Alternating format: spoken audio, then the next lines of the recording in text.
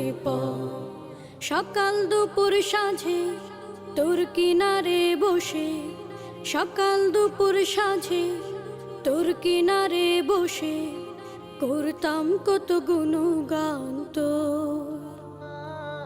ভাঙলি আমার ঘর তুই করলি আমায় ভাঙলি আমার ঘর তুই করলি আমায় তোর কিনারের মাটি দিয়ে বাঁধা ছিল ঘর, ভাবিনি কখনো তুই হয়ে যাবি পার।